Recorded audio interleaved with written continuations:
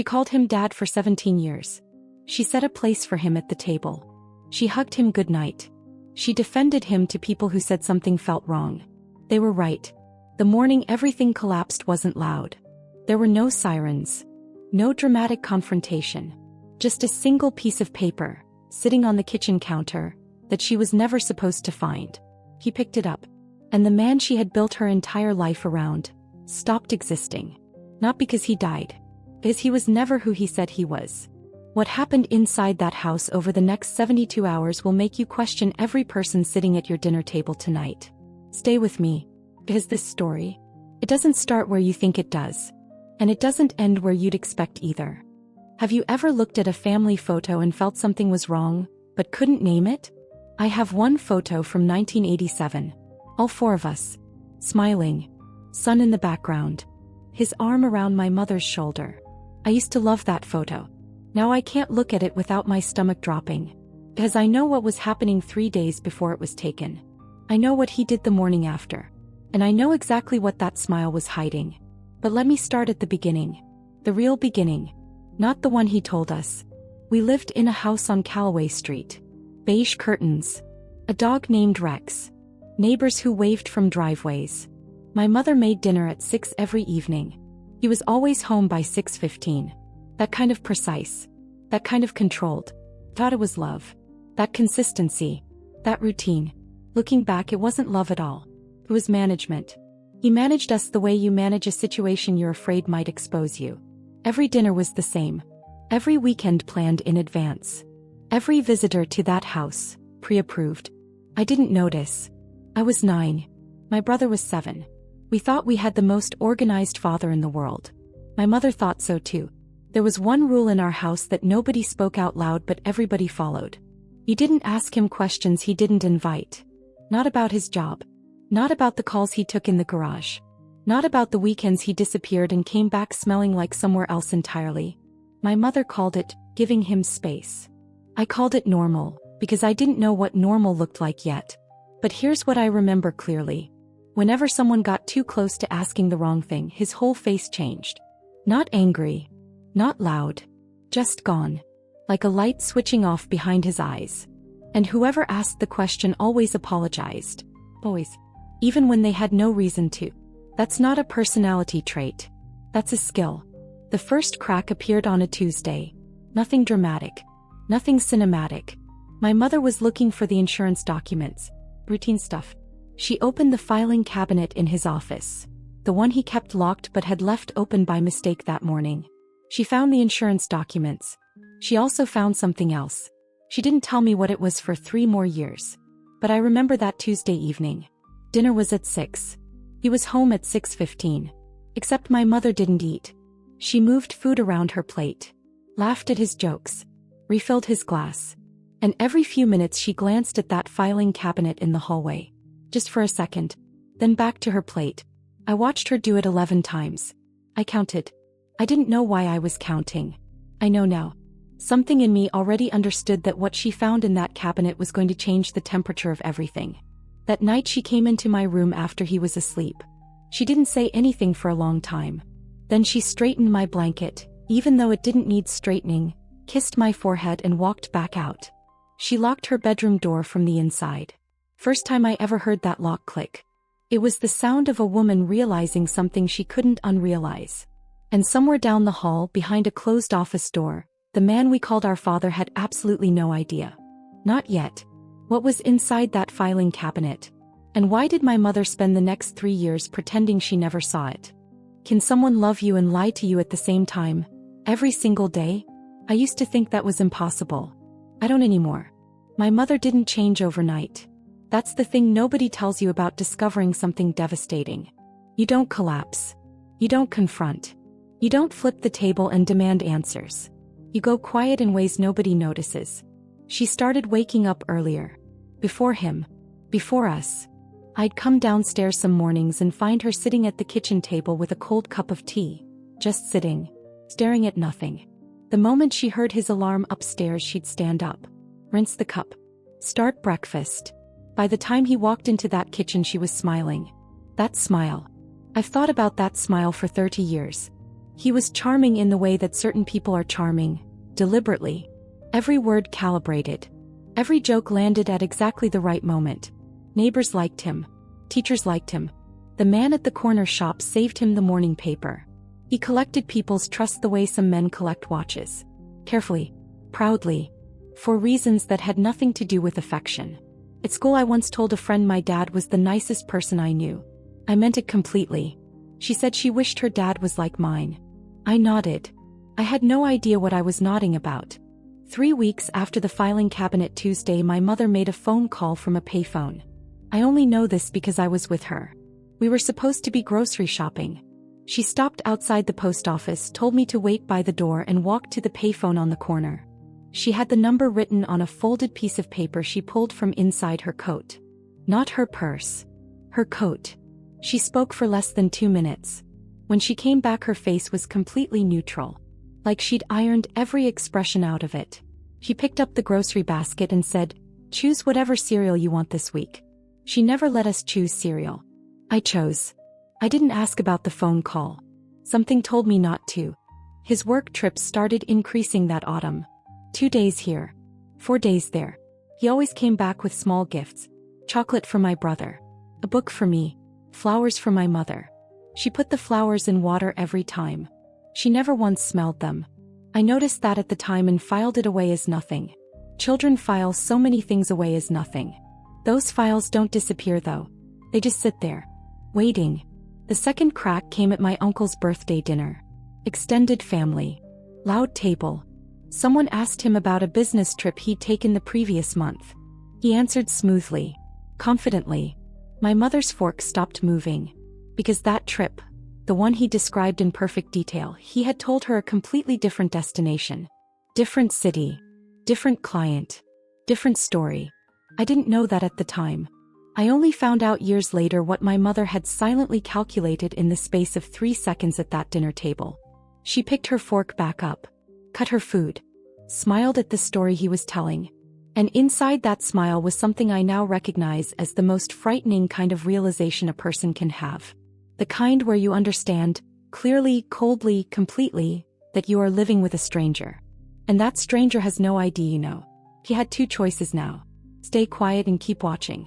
Or move and risk everything. What happens when the one place you're supposed to feel protected becomes the source of fear? Most people never have to answer that question. I had to answer it at age 9. My mother chose to stay quiet. I didn't understand that decision for a long time. As an adult looking back, I do. She had 2 children, no income of her own, and a husband whose alternate life she had only just begun to map. Leaving without information was dangerous. Staying while gathering it was calculated. She was protecting us. She just couldn't tell us that. The house changed that winter. Not visibly. Nothing you could photograph or point to. But the air inside those walls shifted into something thicker. He started coming home later.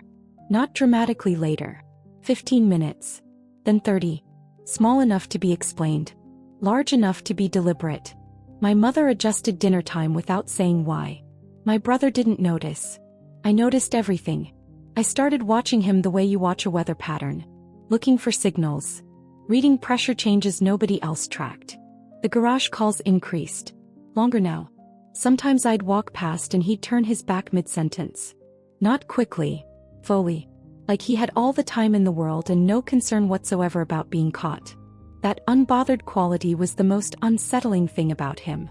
In February he put a lock on his home office door. He told my mother the company had asked all remote workers to secure their workspaces. Something about data protection. She nodded. That same week she started sleeping with her handbag on her side of the bed. Inside it, her own copy of every document she could find. Bank statements. The children's birth certificates. Her own passport. She never told me this directly. I found out from a letter she wrote years later. But reading it, I remembered. I remembered seeing that handbag there every morning. I thought she'd just become forgetful. She wasn't being forgetful. She was building an exit. The first time I felt genuinely afraid was a Thursday in March. He came home at 8 instead of 6:15. No call. No explanation offered. He walked in, put his keys on the counter and looked at my mother in a way I had never seen before. Not angry. Not warm. measuring, like he was calculating something behind his eyes. She held his gaze for exactly 3 seconds, then turned back to the stove. He watched her for a moment longer than felt natural. Then sat down. Dinner happened. Conversation happened. My brother talked about football. I talked about nothing. But under that table my knee was shaking and I could not make it stop. 2 days later I came home from school and the filing cabinet was gone. Just gone. A clean rectangle of dust on the floor where it had stood for as long as I could remember. I stood there staring at that dust outline. My mother appeared in the doorway behind me. I turned around. She looked at the floor. Then at me. "Don't mention it," she said. Not, "It's been moved." Not, "Dad reorganized his office." "Don't mention it." I nodded. She went back to the kitchen. I stood there another full minute looking at the space where the cabinet used to be. Where whatever she found that Tuesday used to live. He had moved it. Which meant he knew she'd been in there. Which meant this was no longer just about secrets. He knew. And now the question wasn't what he was hiding. It was what he was capable of. What if every single thing you believed about your family was a story someone else wrote for you? Not a mistake. Not a misunderstanding. A construction. Deliberate. Designed. He became warmer after the cabinet disappeared. That was the thing that confused me most. I expected tension. I expected coldness. Instead he started asking about school. Sitting with us longer after dinner. Laughing more. My brother loved it. I didn't trust a single second of it.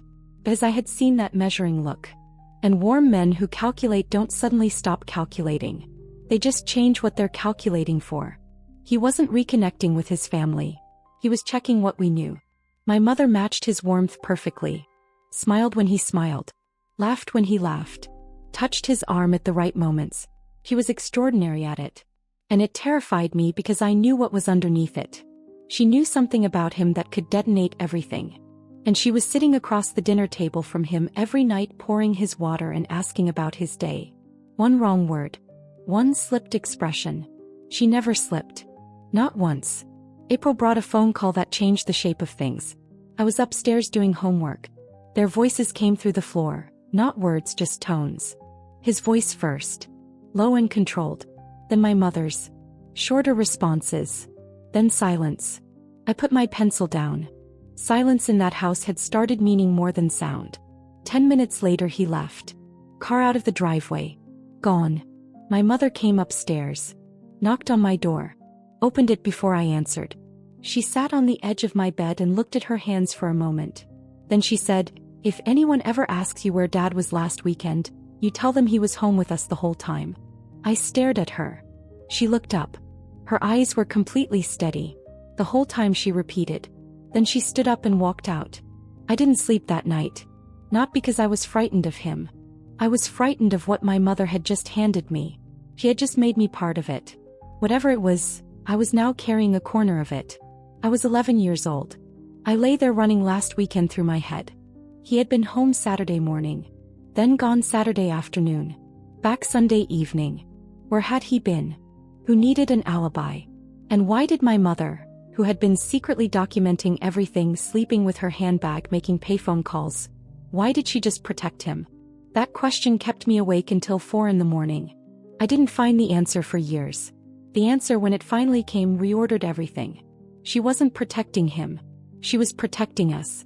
If whatever he was involved in surfaced before she was ready, before she had enough, before she had somewhere to go, we would all be exposed. His problems would become our problems overnight. She needed time. So she bought it. With an alibi. With dinners. With that smile.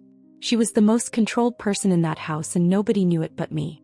What I didn't know, what she didn't know either, was that he had already started making his own moves. Quietly. Carefully. The joint bank account had been open for 11 years. He checked it every month. She checked it in May and the balance had dropped by half. No withdrawals she recognized. No explanation on the statement. Just gone. The same way the cabinet was gone. The same way I was beginning to understand things always disappeared around him. Half the money. Vanished. And not a single transaction she could trace. We assume family means protection. We assume blood means loyalty. But what if the most dangerous thing in your life wore the same last name as you? What if the people who knew said nothing? My mother's sister came to visit that June. Aunt Patricia. Practical woman. Short sentences. Never stayed longer than she needed to. She arrived on a Friday with a casserole dish and left Sunday afternoon.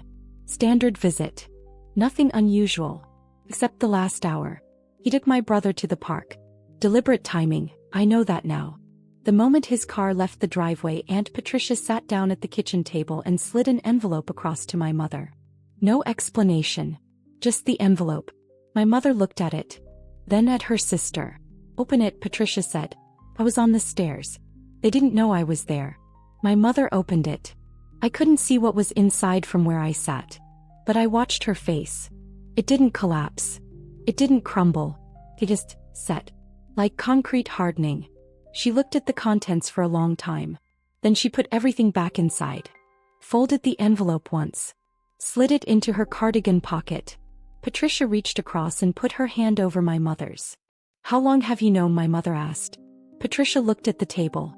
That pause lasted 4 seconds. I counted. 2 years, she said. 2 years. My mother didn't react. Didn't raise her voice. Didn't pull her hand away. She just nodded slowly.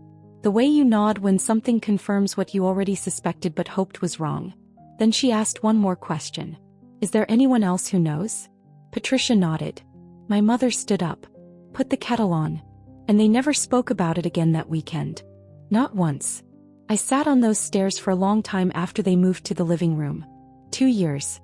Patricia had known something for 2 years. Whatever was in that envelope had existed, had been real and documented and known. While we sat through Christmas dinners and birthday cakes and Sunday afternoons like everything was fine. Someone in the family had held the truth in their hands. And had chosen the quiet life over ours. I've never been able to fully forgive that. Not Patricia specifically. But the choice. The calculation that said, this isn't my fire to put out. Because while she waited, he kept moving. The money disappearing from the account wasn't a single event. My mother told me years later that she traced it back further once she had the right information. It had been happening in small amounts for nearly 3 years. Small enough to miss. Large enough to matter. He had been building something. Somewhere else. With money that belonged to both of them. And the family member who knew had let him keep building. That Sunday afternoon when Patricia's car pulled out of the driveway, my mother stood at the kitchen window and watched it go. He was back from the park. My brother was in the garden. Everything looked exactly as it always looked. She turned around when she heard him come in. He asked if Patricia's visit had been nice. He said lovely. Same as always. He nodded. Opened the fridge. Poured himself a glass of water. And my mother walked past him down the hallway, the envelope still in her cardigan pocket, and closed the bathroom door behind her. She was in there for 11 minutes. When she came out, her eyes were dry and her expression was closed, and she never mentioned that envelope to me. Not until it was all over. Patricia knew. Others knew. And he kept walking through our front door every evening like a man with nothing to hide. There's always one moment. One single moment where everything that came before it becomes prologue. You don't recognize it when it's happening. You only understand it looking back. It was a Wednesday in September. School had just started back. My brother had football practice. I came home early, teacher training day, and the house was empty. Or I thought it was. His car was in the driveway. That was wrong. He was never home before 6:15. I stood at the front door with my key in my hand and just stopped. Something was different. I went in anyway. The hallway was quiet. Kitchen empty. I put my bag down and walked toward the stairs. His office door was open. Not just unlocked. Wait. I had not seen that door open in 8 months. I stood in the hallway looking at the rectangle of light coming through it. Everything in me said keep walking. Go upstairs. Pretend you didn't notice. I walked in. He wasn't there. The room was empty. But the desk was covered. Papers everywhere. A second mobile phone. Not his usual one. Sitting face down next to the keyboard. A notepad with a name and a number written in his handwriting. I didn't recognize the name. I took a photograph of the notepad with my school camera. The disposable one I'd been given for a geography project. I don't know why I did it. No conscious decision. My hands just moved. I walked back out. Pulled the door to exactly where it had been. Went upstairs. 20 minutes later I heard him come up from the basement. He had been in the house the entire time. That evening my mother came home and something passed between them at the front door. Not words. Just a look. His eyes went to her cardigan pocket, the one where she kept the envelope. She wasn't wearing a cardigan. He looked at her face instead. She smiled. Asked about his day. He answered. But his jaw was set in a way I had learned to read. He knew something was shifting. He just didn't know what. Or how much. 3 days later my mother didn't come home from work at her usual time. 6 o'clock came. Then 7. He called her phone twice. No answer. He stood in the kitchen with his hand flat on the counter and stared at the wall. My brother asked what was for dinner. He ordered pizza without turning around. At 8:15 headlights came up the driveway. My mother walked in. Coat still on. She put her bag down and looked at him directly. I need to talk to you, she said. Not tonight, he said. She said. Tonight. I took my brother upstairs. Ran his bath. Sat outside the bathroom door while the water ran and their voices came up through the floor below. I couldn't make out words. But I heard the exact moment his voice changed register. Lower. Slower. The way it went when someone asked the wrong question. Except this time nobody apologized. This time my mother's voice kept going. Steady. Clear. Unstoppable. I pressed my back against the wall and pulled my knees to my chest. Downstairs, 17 years of carefully constructed lies were meeting someone who had spent the last 8 months preparing for exactly this conversation. The bath finished filling. My brother called my name. I stood up, opened the door, helped him in, and tried to keep my hands from shaking. He said everything. He denied nothing. And by morning, our address was no longer safe. How do you run from someone who knows every exit? Someone who knows which friends you'd call, which roads you'd take, which excuses you'd make. Someone who built the cage and then handed you the key, knowing you didn't know it was a cage at all. He didn't shout that night. That was the part that stayed with me longest. No doors slammed. No raised voice that the neighbors might hear. He just went very still. Very quiet. And in the morning he made breakfast. Eggs. Toast. Orange juice for my brother. He stood at that stove like nothing had cracked open the night before. Like my mother hadn't sat across from him and laid 17 years of evidence on the table between them. My brother ate. Talked about football. My mother drank her tea standing up. Coat already on. I watched him plate the eggs and thought, this is the most frightening thing I have ever seen. He had a plan. I didn't know the details then, but I know them now. 3 weeks. That's what she needed. 3 weeks to move enough money into an account he couldn't touch. 3 weeks to speak to a solicitor. 3 weeks to find somewhere for us to go. He gave her 4 days. On the 4th day she came home from work and her laptop was open on the kitchen table. Her email. Her inbox. He was sitting in the living room reading a newspaper. She closed the laptop. Walked into the living room. Asked him directly, were you in my email? He turned a page. I was looking for the car insurance, he said. That night she moved her timeline forward. She called her solicitor from the bathroom with the tap running. She called her sister from a petrol station on her lunch break the next day. She started moving things out of the house in her work bag. Small things. Important things. Documents. A hard drive. The photographs from the hallway, the ones with the children in them. He noticed the photographs. Said nothing. Just looked at the empty hooks on the wall one morning and then looked at her. She said she'd taken them to get reframed. He nodded. That nod told me everything. He didn't believe her. He wasn't meant to believe her. They both knew exactly what was happening and neither one would say it out loud. I gave my mother the photograph I had taken in his office. The notepad. The name. The number. I slid it under her bedroom door one morning before school. No note. Just the photograph. When I came home that afternoon she was sitting at the kitchen table waiting for me. She looked at me for a long moment. Then she said, how long have you been watching? I said, since the filing cabinet. She closed her eyes. Opened them. Pulled me into a hug that lasted longer than any hug she had ever given me. When she let go she held my face in both hands.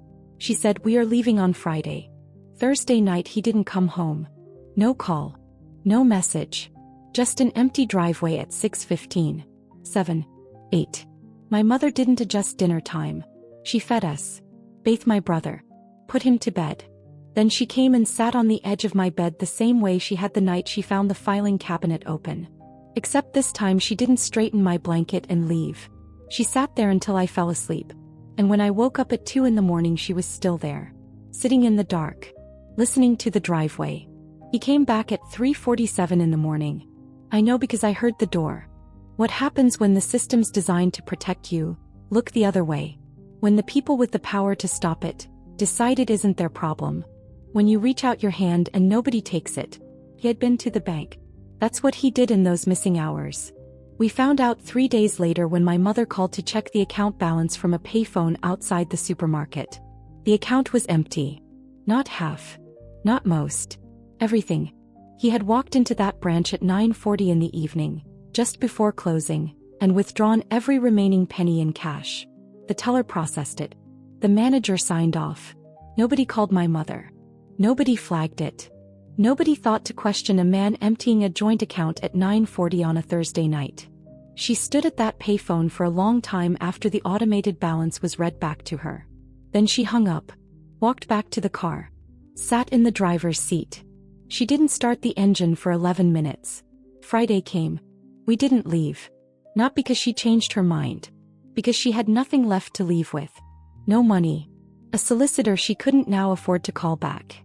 2 children. A house that was half his. She went to the council office that Monday morning while we were at school. They gave her a form. Told her to come back with proof of risk. She had an envelope full of proof. He had bank statements. She had documents. She had a photograph taken by her 11-year-old daughter of a notepad in a locked office. They told her the form needed to be processed first. Processing took 6 weeks. She went to the police on Tuesday. Sat across from an officer who listened carefully. Took notes. Asked questions. Then told her that what she was describing, the financial withdrawal, the surveillance of her email, the controlled behavior, none of it crossed the threshold for immediate action. It was a civil matter, he said. A civil matter. She walked out of that station and stood on the pavement outside, and I think that was the moment she understood, completely and without any remaining doubt, that no institution was coming. No form. No officer. No system. Just her. He was pleasant that week. Cooperative even. Offered to discuss the finances calmly. Suggested mediation. Used words like reasonable and mature and moving forward. My mother's solicitor, who she reached on a borrowed phone, told her that was the most dangerous version of him. The reasonable version. The one that made her look unstable by comparison. She stopped talking to him entirely after that. Not coldly. Not obviously. She just became unavailable. Always busy. Always just leaving. Always just arriving. He couldn't get purchase on a conversation. And a man like him needs purchase. My mother's friend Janet was the one who finally helped. No institution. No authority. No system. Janet. Who drove 40 minutes on a Wednesday afternoon and sat in her car outside our school. Who had a spare room and didn't ask for a timeline. Who transferred £300 into an account he didn't know existed. My mother had told Janet one thing 6 months earlier. Just one thing. If I ever call you from a number you don't recognize, pick up. Janet had picked up. While the council processed its form. While the police filed their notes. While the bank counted its cash. Janet picked up. We left on a Sunday. Not Friday as planned. Not Monday as rescheduled. Sunday. 6 in the morning. Before he woke up. 3 bags. My brother's football. The envelope. My mother locked the front door behind us from the outside. Didn't look back at the house. Not once. We were out. But he knew where Janet lived. And by Sunday afternoon so did someone else. Who was he really? Not the man at the dinner table. Not the man the neighbors waved at. Not the man who bought chocolate on his way home from trips he was never actually taking. Who was he before us? And who was he during us? Janet's house was a terrace on a quiet street 20 minutes from our old neighborhood. We had been there 4 days when my mother spread everything across Janet's kitchen table. The envelope from Patricia. The bank statements. The photograph I took. A second envelope, one I hadn't seen before, that she had been keeping at her office. She laid it all out in order. Chronologically. Like she had been building a case file. But she had. The name on my notepad photograph was a man called Raymond. My mother had spent 6 months finding out who Raymond was. Raymond was not a business contact. Raymond was not a client. Raymond was a name attached to a second address, a flat registered under a variation of my father's name. One letter different in the surname. Easy to miss. Designed to be missed. He had been paying rent on that flat for 4 years. 4 years. My brother was 3 when he signed that lease. Inside Patricia's envelope was a photograph. Not a photograph of a place. A photograph of a person. A woman. Standing outside a shop. Unaware the picture was being taken. My mother had known about her for 8 months. Had known her name. Her approximate age. The street she worked on. She had never said a single word about her. Not to me. Not to my brother. Not to him. She had filed it. Documented it. And kept cooking dinner at 6 o'clock. I looked at that photograph for a long time. Then I looked at my mother. She was already moving to the next document. But the woman wasn't the deepest part. The flat wasn't the deepest part either. The deepest part was what my mother found when she hired a tracing agent. A quiet transaction paid in cash, arranged through her solicitor, 3 months before we left. The tracing agent came back with a name. Not Raymond. A different name entirely. A name that didn't match his passport. Didn't match his national insurance number. Didn't match the name on our mortgage. A name from a life that predated us by 11 years. In that life he had another family. Not an affair. Not a complication. A wife. 2 children. A house in a different city. A complete and entire parallel existence that had been running simultaneously with ours for the entirety of my childhood. I sat with that information for a long time before I could hold it properly. He had never been who he said he was. Not when he met my mother. Not when they married. Not when I was born. Not once across 17 years had a single foundational thing about him been true. The name on my birth certificate, his name, wasn't even his real name. I looked at my brother across Janet's kitchen table. 7 years old. Eating toast. Completely unaware that the person he called Dad was a constructed identity worn by a man we had never actually met. My mother closed the last envelope. Stacked everything neatly. Janet refilled the kettle without being asked. Nobody spoke for a while. Then my mother looked up and said, "There's one more thing." She slid a single sheet across the table. A printout. A name. A date. The other family had filed a missing persons report. 11 years ago. For him. He wasn't just living a double life. Someone had been looking for him for over a decade. When the truth finally surfaces, does justice automatically follow? I used to believe it did. I was wrong about that too. My mother handed everything to the police on a Thursday morning. Not the same officer from before. A different station entirely. A different county. She had driven 40 minutes specifically to avoid the first one. She brought the case file she had built across 8 months. The tracing agent's report. The second name. The missing persons record. The bank withdrawals. The flat registered under Raymond. The officer who took her statement was a woman. She read everything slowly. Asked 3 questions. Then picked up her phone and made a call while my mother sat across from her. That call lasted 6 minutes. When she hung up, she looked at my mother and said, "We know this name."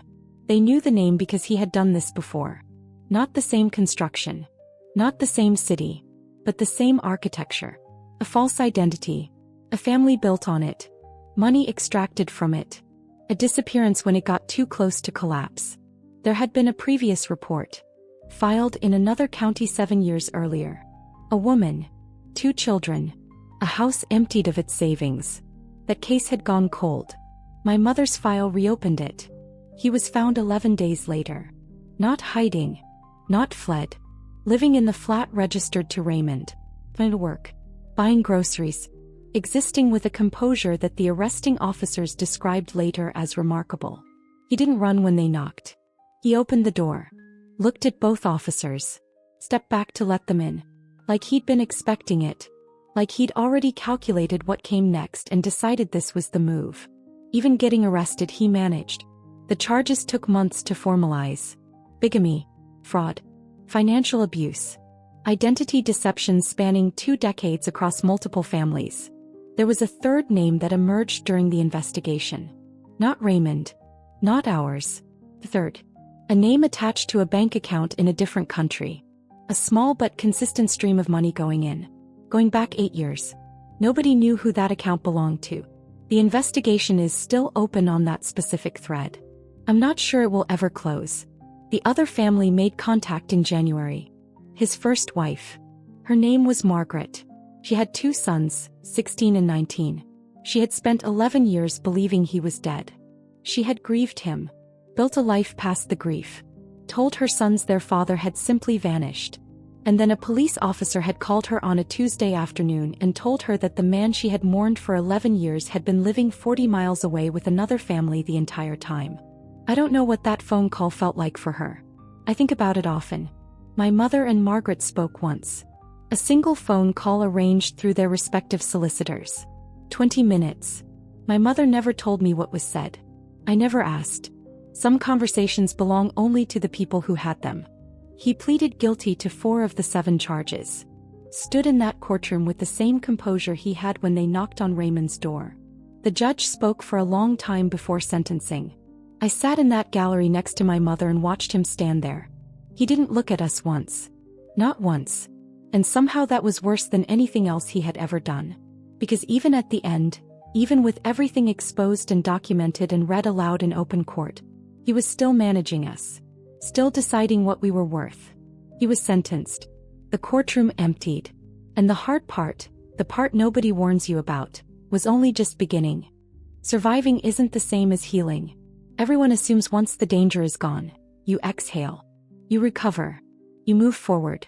Nobody tells you that the body doesn't know the danger is gone. The sentence was 4 years. He served 2.5. I found that out from a letter. Not from the court. Not from the police. From a standard notification sent to my mother's old address. The house on Callaway Street, that was forwarded to her by the new owners who had no idea what any of it meant. She called me from a petrol station. Same way she'd always made the hard calls. I pulled over and sat on the side of the road for 20 minutes after she told me. Not crying. Just recalibrating. My brother took the longest to understand what had happened. He was 7 when we left. 12 by the time the trial concluded. Old enough to follow the courtroom language. Not old enough to organize it into something manageable. He stopped talking about it entirely at 13. Wouldn't answer questions. Wouldn't engage. Just went quiet in the specific way our mother used to go quiet. And that similarity broke something in me every time I saw it. He played football. Did his homework. Was polite at the dinner table. And somewhere behind all of that, he was carrying a filing cabinet full of things he had no language for yet. My mother rebuilt practically before she rebuilt emotionally. New job first. Then a flat. Then a routine. Then, slowly, carefully, a life that belonged entirely to her. She didn't date for 6 years. When she eventually did, she told me something I've never forgotten. She said, the hardest part wasn't trusting someone new. The hardest part was trusting my own judgment again. Because my judgment had told me he was safe for 17 years. She said it matter-of-factly. No self-pity. No bitterness. Just the clean, precise accounting of what it actually costs to have been that wrong about a person. I started having the same dream repeatedly the year after the trial. The filing cabinet. Back on Callaway Street. Except in the dream it was open. And I was standing in front of it trying to read the documents inside. But every time I reached for one, the writing changed. I'd wake up at 3 in the morning with my heart going too fast.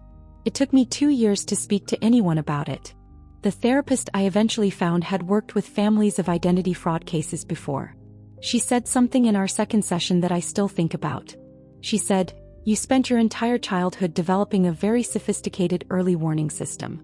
The problem is it doesn't switch off just because the threat is gone. I thought about 9-year-old me. Counting my mother's glances at a filing cabinet. Watching weather patterns in a man's jaw. He was right. It didn't switch off. There are things that stay permanently rearranged. I check documents. I verify things people tell me without thinking about it consciously. I notice when someone's story has a gap. I notice exits. My brother, who eventually did find language for it in his mid-20s, told me once that he can't fully trust a room until he knows everyone in it. We didn't discuss it for long. We didn't need to. Some things 2 people understand between them without requiring a full sentence. What I know now, what took years to understand, is that he didn't just deceive us. He rewired us. And the rewiring outlasted him entirely. We survived. We rebuilt. But one question never fully left either of us. Looking back, were the signs always there? And if they were, what does that mean for the rest of us? I went back to Callaway Street once, 10 years after we left. On a Tuesday. I don't know why Tuesday. It just happened that way. Different curtains now. Someone had painted the door red. A child's bicycle leaning against the front wall. I sat in my car across the street and looked at it for a long time. The house looked completely ordinary. That was the thing that hit hardest. It looked like every other house on the street. Same brickwork. Same dimensions. Nothing on the outside that said, something was built and dismantled inside here. Nothing that marked it as the place where a man constructed an entire life out of nothing and maintained it for 17 years without a single visible crack. It just looked like a house. I've spent a long time going back through the early years, looking for the signals that were there before I knew to look. They were there. The precision of the routine. That wasn't love. Control dressed as reliability. The way nobody asked him questions he didn't invite. That wasn't respect. It was a boundary he had trained everyone to observe without ever stating it directly. The garage calls. The pre-approved visitors. The business trips with receipts that never quite matched. The way he collected trust, carefully, deliberately, from everyone around him. It was all there. The difficulty is that none of it looked like danger from the inside. From the inside it looked like a father. A husband. A neighbor who waved from the driveway. I think about the people who are inside something like this right now. Not suspecting. Not counting glances at filing cabinets yet. Just living inside a routine that feels precise enough to be love. I think about what I would say to them. Not look for the signs. Because the signs are only legible in retrospect. But this. Trust the feeling that has no name yet. The one that makes you count things without knowing why you're counting. The one that notices the lock click for the first time. The one that files things away as nothing, even when something in you already knows. That feeling is not paranoia. That feeling is information. My mother is in her 70s now. She lives in a small house with a garden she tends obsessively. She calls me on Sunday mornings. She has a dog not named Rex. Something entirely her own. She never spoke publicly about what happened. Never sought attention from it. Never defined herself by it. She just continued.